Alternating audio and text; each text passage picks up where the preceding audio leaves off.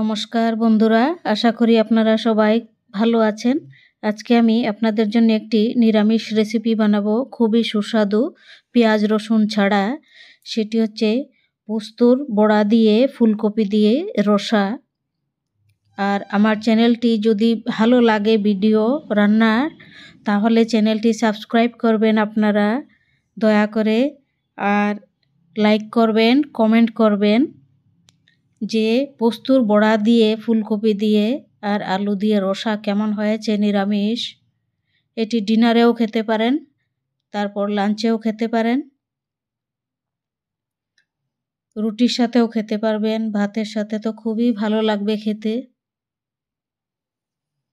প্রথমেই আমি পোস্ত নিয়েছি 100 গ্রাম, তো এটি থেকে 50 গ্রাম আমি জলের মধ্যে ভিজিয়ে রেখে দেব 1 ঘন্টা। তারপর এটি পেস্ট করে শিলের মধ্যে বেটে তারপর বড়া করব। এখন অল্প কুসুম গরম জল দিয়ে আমি ভিজিয়ে রাখছি 1 ঘন্টা, বেটে রেখে দেব। এখন পরে পেস্ট করব। 1 ঘন্টা হয়ে গেছে। পোস্ত এখন এই শিলের মধ্যে বেটে নেব। বেশি একদম মিহি করব না, খুব মোটামুটি মিহি করে মিডিয়াম। এই যে পোস্ত ভিজিয়ে রেখেছিলাম, খুব সুন্দর সফট হয়েছে। এখন আমি খুব ভালো করে এটি বেটে নেব। দেখুন বাটা হয়ে গেছে। এবার এটির মধ্যে কিচ্ছু মেশাবো না, কিচ্ছু দেব না, ভীষণ দুর্দান্ত টেস্টি হবে। এটি এমনি বড়া করব। পোস্তর বড়া ভাজার জন্য অল্প সাদা তেল নিয়ে নিচ্ছি আমি কড়াইতে। এবার আমি পোস্তর বড়াগুলি ভেজে নিচ্ছি। গ্যাসের ফ্লেমটা একদম লো করে ভাজতে হবে।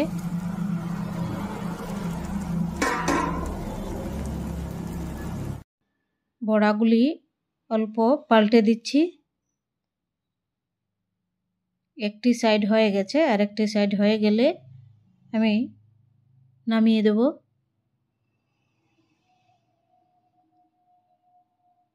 বেশি ভাজবো না।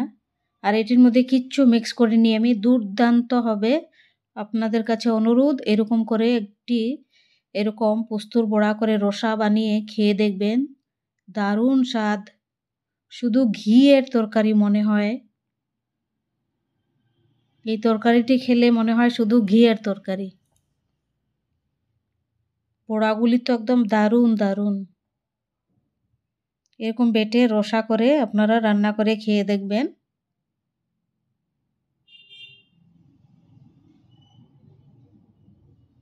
সবগুলি পাল্টে নিচ্ছি, আর একটু ভেজে আমি তুলে নেব। পোস্তর বড়াগুলি হয়ে গেছে, এবার আমি তুলে নেব বড়াগুলি। খুব সুন্দর হয়েছে দেখুন, ভীষণই টেস্টি হবে এইটার তরকারি ফুলকপি দিয়ে।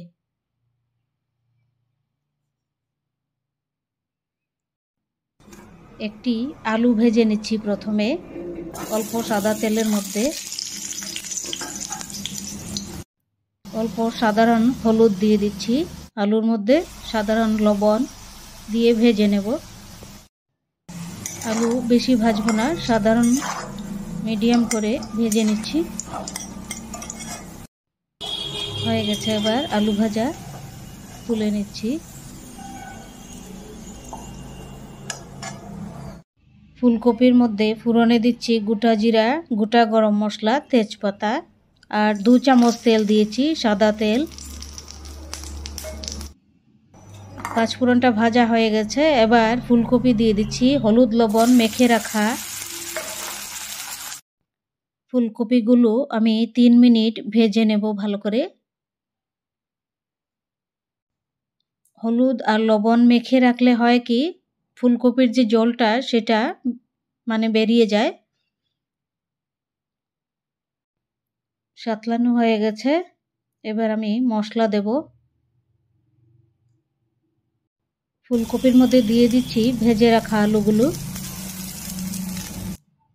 এবার দিয়ে দিচ্ছি 1 চামচ লবণ স্বাদ অনুযায়ী। তারপর দিয়ে দিচ্ছি আধা চামচ হলুদ পাউডার।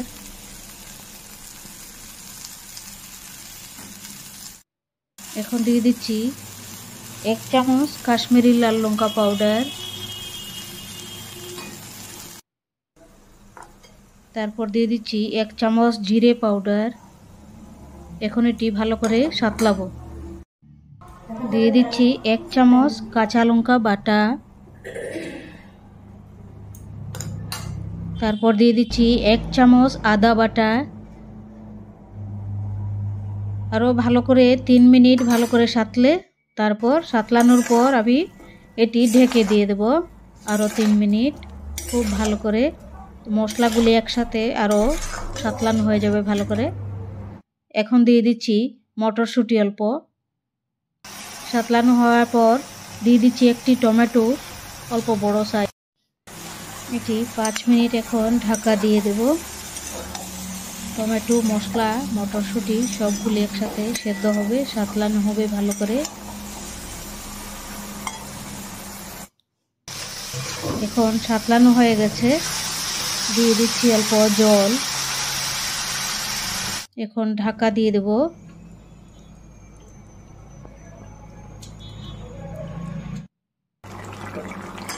হয়ে গেছে। এবার দিয়ে দিচ্ছি অল্প শাহি গরম মশলা,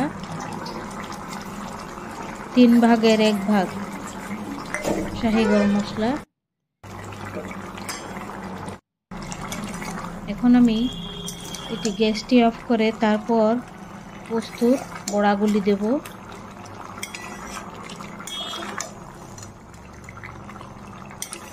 কম তেল কম মশলা খাবেন সবাই, সুস্থ থাকবেন, ভালো থাকবেন।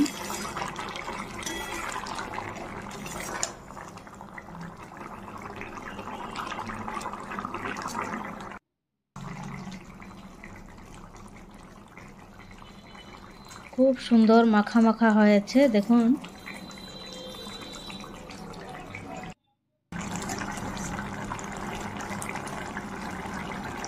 অল্প একটু ধনিয়া পাতা দিয়ে দিচ্ছি, খুবই ভালো লাগবে খেতে। এখন আমি দিয়ে দিচ্ছি বড়াগুলি, পোস্তর বড়াগুলি দিয়ে দিচ্ছি।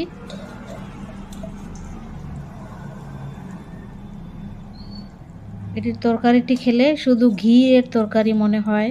পোস্তর বড়া দিয়ে রসা, দারুণ দারুণ তরকারি। নিরামিষ দিনে এরকম করে রান্না করে খেয়ে দেখবেন, খুবই ভালো লাগবে খেতে। আমার চ্যানেলটি আপনারা সাবস্ক্রাইব করবেন, অনুগ্রহ করে বলছি সবাইকে।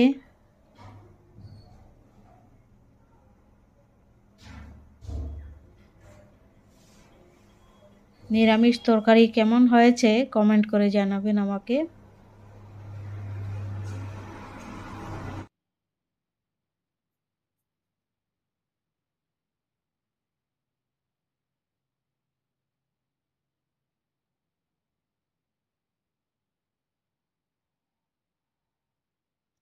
খুব সুন্দর হয়েছে তরকারি, খেতেও দারুণ দারুণ হয়েছে। আর এই পোস্তর মধ্যে কিচ্ছু মিক্স করিনি আমি, আটা, ময়দা, চিনি, লবণ, হলুদ কিছু দেইনি। এমনিতেই ঘি ঘি লাগছিল খেতে। দারুণ হয়েছে, মিষ্টি মিষ্টি, খুব মিষ্টি লেগেছে খেতে।